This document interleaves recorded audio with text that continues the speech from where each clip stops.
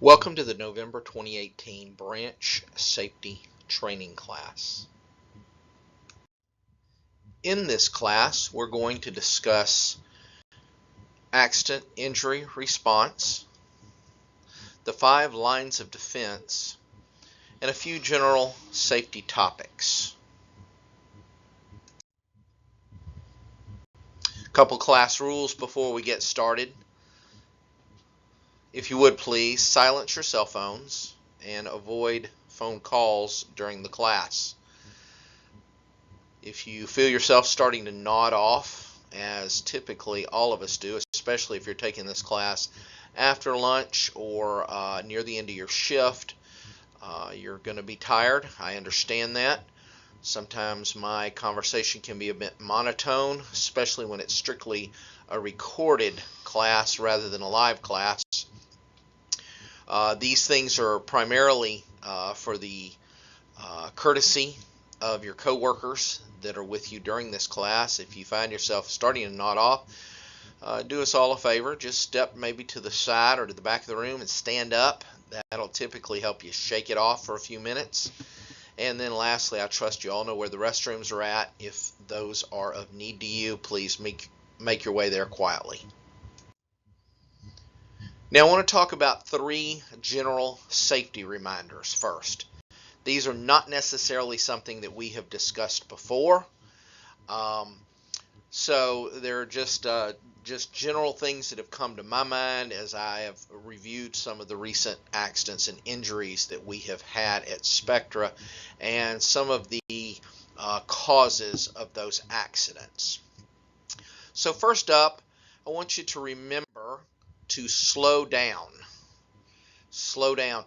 We get in a hurry sometimes. We get caught up trying to meet deadlines, to beat trucks loading out, to make changes, maybe to get done for the day, get to lunch, whatever the case may be. Oftentimes it's been my experience that when we get carried away, we get in a hurry, that's when mistakes happen, and sadly that's when injuries happen. Also need to remember to think first. Think back if you've done a task to some of the maybe near misses or close calls that you've had, or even accidents that have occurred when you were doing a particular task. And remember what went wrong, what happened, what you need to do to avoid a similar situation from reoccurring. Don't get in such a hurry that you forget to remember the things that will keep you safe and keep your coworkers safe when you're performing your task. Next, you need to remember to be aware of your surroundings. An example I use here frequently is in your department, maybe it's common for there to be some oil on the floor, or a roof leak, maybe a place where you store scrap metal. All of those areas and many others inherently have hazards associated with them. If scrap metal is always stored in a bin by the restroom door, then always be aware of that when you head back to the restrooms, to remember, hey, I know there's metal back here. Sometimes it's sticking out of the box a little bit, so be aware of that. There's a spot where you've got a roof leak or where the floor gets sweaty when the temperature changes. Be aware of that. Remember that when you're in that area. So be aware of your surroundings and any inherent hazards that are in those areas. So these are just 3 quick kind of toolbox reminders. Remember to slow down, remember to think first, and remember to be aware of your surroundings. All of these will contribute to your personal safety. All right, now we want to move on and talk about our secondary primary topic this month. Secondary primary, how you like that for a oxymoron? We have a primary topic, which is accident response, and our secondary topic is the 5 lines of defense, or LODs. What is a line of defense? Well, you can see from our worker here with his employment dog tag around his neck, that there is some type of barrier between him and hazards, whether those are warnings or dangers or cautions, whatever hazard might exist. Lines of defense are barriers that we as your employer put between you and your safety and hazards that exist. So let's explore these 5 lines of defense. We've talked about them before. We want to talk about them again. I want you to get to where you know these like the back of your hand. All right, let's look at the first line of defense. Personal protective equipment, or PPE. When you have your proper PPE in use, you are protecting yourself from hazards. We do hazard assessments at every process we have at Spectra, and from those assessments we make determinations on, okay, this particular task has sharp metal involved, so we determine, the assessment determines you need to wear gloves when you're handling that. Or in this particular task, you're going to handle oils, and those oils can get into your skin and cause damage or illness. So we want you wearing appropriate gloves. Maybe you work with an acid, and you need to have a face shield on. If you're working around when you're refueling your propane on your forklift, you need to wear goggles. So in these cases, we're putting those glasses between your eyesight and the propane. We're putting that face shield between acid and your face's well-being. We're putting those gloves between a hazard and your skin.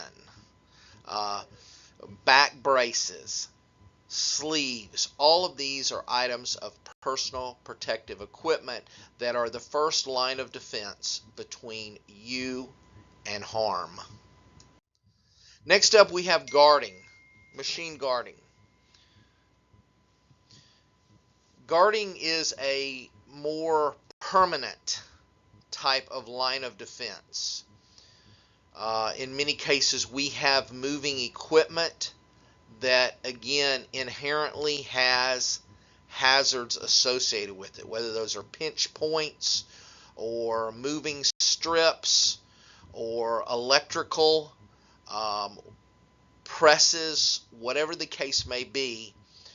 These are pieces of equipment that have hazards, and so we affix equipment to that or around that that would prevent you from being able to put a body part in harm's way, and we call that guarding.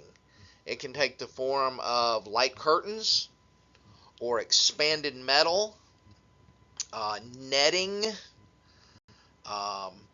Those are the most common types of guarding that we have. Now, guarding is not to be confused with the third line of defense, which is warning devices. Warning devices are, like we saw back in the first slide here, signage can be a warning device. It in and of itself, a warning device in and of itself is not going to prevent you from hurting yourself or being harmed. What it is going to do is alert you to the fact that a hazard exists.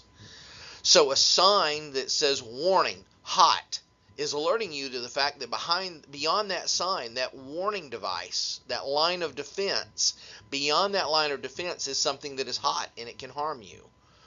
Or danger, acid. That sign is warning you that beyond that line of defense is an acid that could burn you. Chains are also warning devices. Chains such as you might find in areas where you have to pass from point A to point B. We need a chain there that is usually and should be bright yellow, hazard yellow in color, that is hanging typically 2-tier, about 39 to 42 inches on the top, and the second tier should be halfway in that distance. So that 2-tier chain is warning you of a hazard that is beyond that chain. So again, the chain isn't necessarily going to prevent you from going beyond it, but it's saying to you, hey, beyond this point is a hazard. And the same thing for a line of defense with warning devices is lines and tape that we might put on the floor that alert you to, hey, this is a safe area. Beyond this point is a hazard. There's a danger if you step outside of these lines that have been affixed to the floor. So chains and signs and lines on the floor are all warning devices, and they're the third line of defense. Now, our fourth line of defense is training, what we're doing right now. This very class is a line of defense. We are teaching you and training you in ways that you can protect yourself from harm. So training is a barrier between you and harm. And then lastly, any guesses? Lockout, tagout, LOTO, lockout, tagout. This is really kind of the last resort in some cases for lines of defense.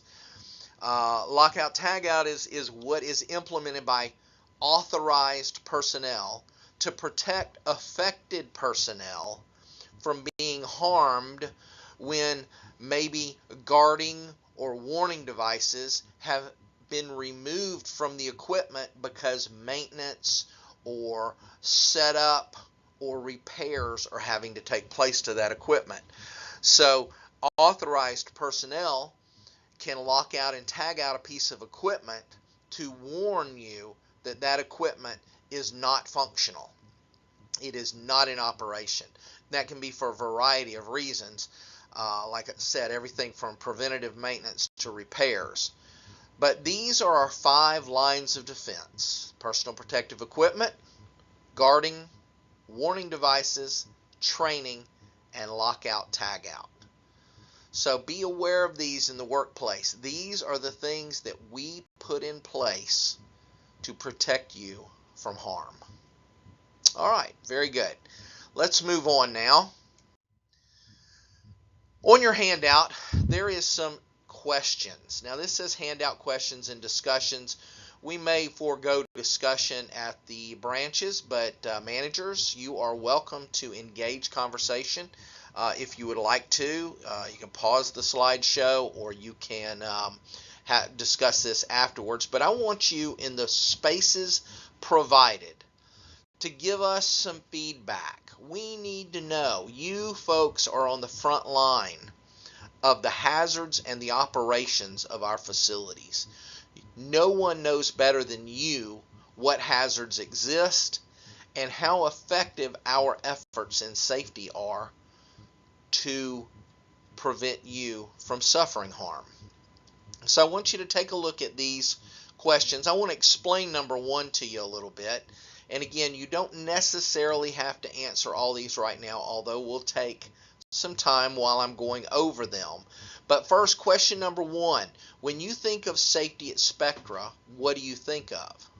Now, what I'm actually asking you there, and I want your candid and honest feedback on this, okay? We want to learn from what information you have to give us. When you think of the safety program at Spectra, what is your perception of that program? How do you perceive that program? I'll give you 2 extremes. You may say to yourself, the safety program at Spectra is world class. It is as good as any I've ever seen. It is taken seriously. Safety is the number 1 priority at Spectra. Or you may, other extreme, you may feel like, the safety program's just a token program. Nobody's really serious about safety. They're more concerned about what time we're going to get off work and if we're going to show up and whatever. So that's what I'm looking for. I'm looking for you to give us candid feedback. How do you perceive the safety program? Again, you may say Gary's the greatest, or you may say Gary's a joke. But when you look at the safety program at your location, in your department, what is your perception of safety at Spectra? Okay, so you'll take some time to give me some feedback on that. Be as concise as possible. Also, do you have any general or specific safety concerns. Okay, this is a biggie. Just the other day, I had a mock OSHA audit take place here in Atlanta, and the consultant, as we were working our way through the departments, commented that, as OSHA would do if they came on site for a visit, they wanted to interview a couple employees, confidentially, and candidly. And yeah, I say confidentially. Actually, that's incorrect. It was not intended to be confidential. It was just trying to get some feedback. And after it was done, no names were given to me, so I guess that may have maintained the confidentiality. They talked to 3 or 4 people. One of the specific concerns that was brought to me by that OSHA mock inspector was so-and-so said, or one of the employees told me that there's a particular machine that the safety equipment has been broken on for several weeks, and nobody's done anything about it. Well, they were able to specifically say machine number so-and-so.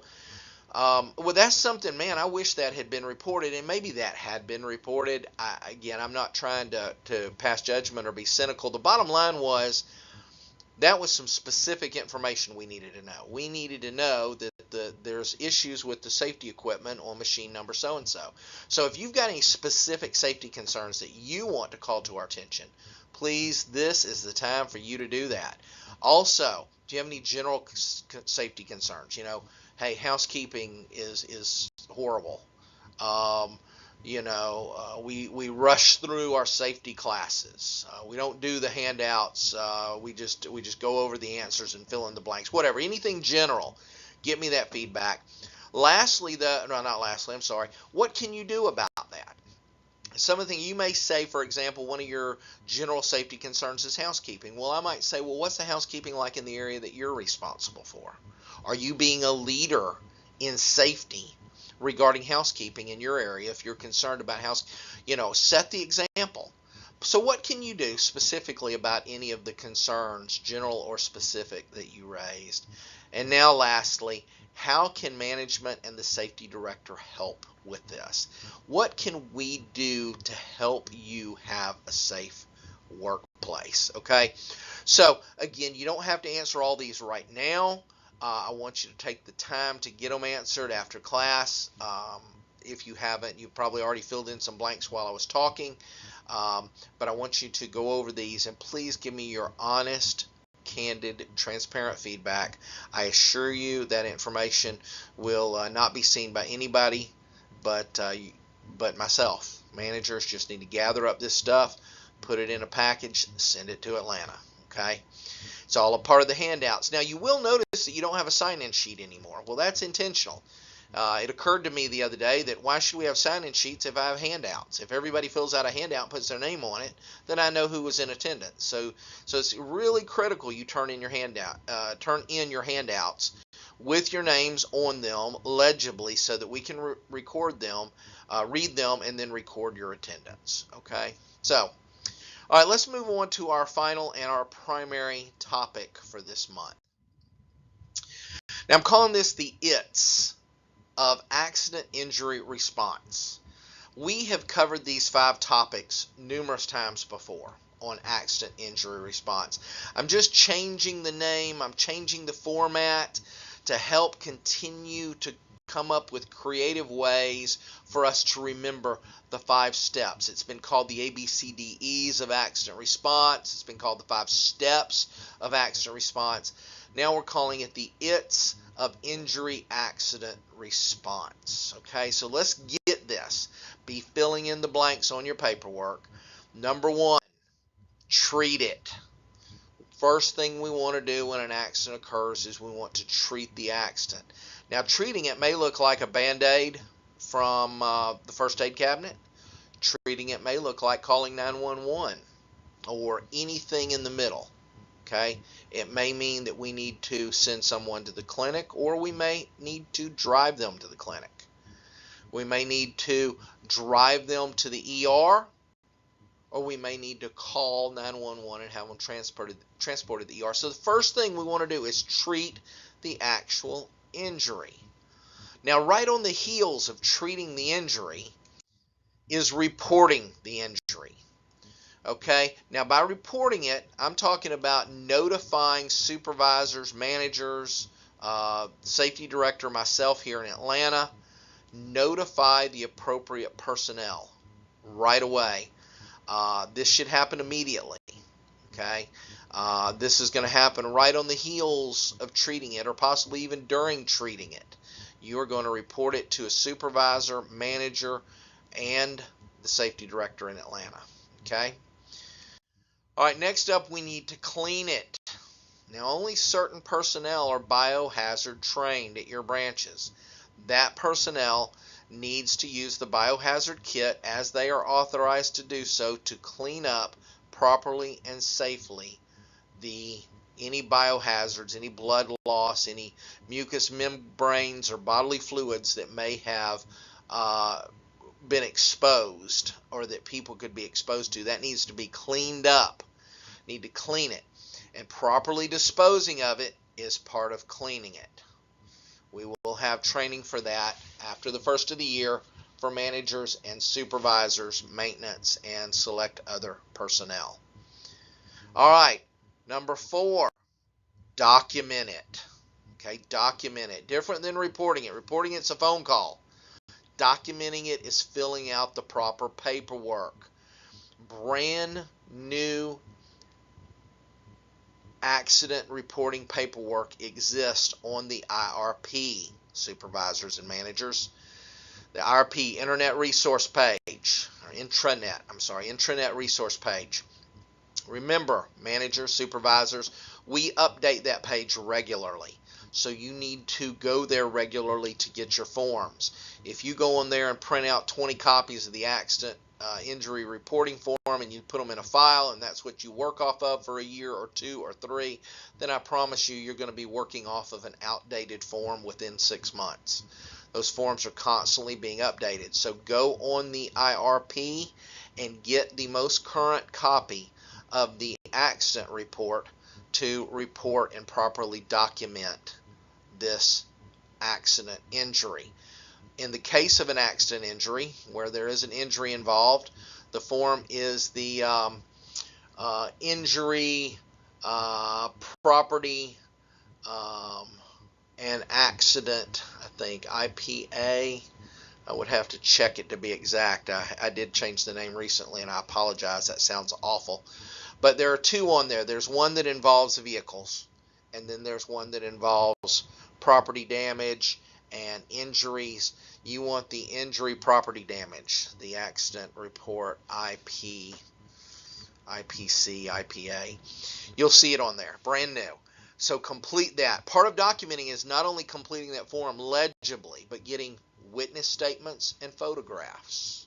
Those are all a part of proper documentation. So we need really the treat it, report it, and clean it is going to happen like in the first 30 minutes. Documenting it needs to happen within 24 hours. However, remember, the sooner you get witness statements, the more accurate they're going to be. Don't let somebody go home and sleep on their memories, because if they're like me, they won't be able to tell you the next day what they had for dinner last night.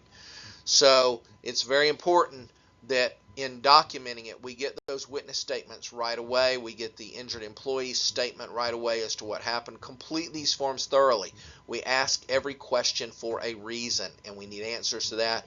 Photographs of the area where the injury occurred is critically helpful, especially at branches where I cannot necessarily be there right away to review what occurred, how it occurred, what the conditions were.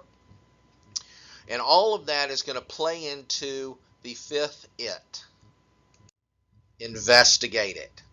We need to investigate every accident injury to determine the root cause.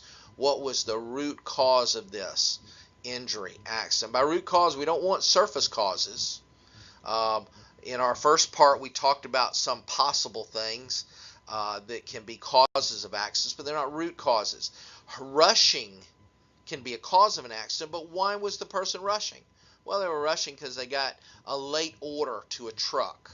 Oh, so the root cause was a late order. No. Why was the order added too late? So we want to dig deep to find out the root cause. If we can fix the root cause, then we can eliminate all the other causes and hopefully eliminate and cut back on injuries. So investigation is something we will do hand in hand. Again, the investigation should be done within just a couple hours. I would say no more than 2 hours from the time of the accident. Investigation should begin. Again, we want to do it while memories are fresh and while things can be seen as they were at the time of the accident. Okay, so these are our 5 ITs of accident injury response. Treat it, report it, clean it, document it, and investigate it. All right, we're about done here. Let's jump on to one more thing I want to talk about is injury cost. Injury cost. Injury cost is more than you might think. I'm sure the first thing that comes to mind is, well, medical cost. Well, there's a lot more than medical cost.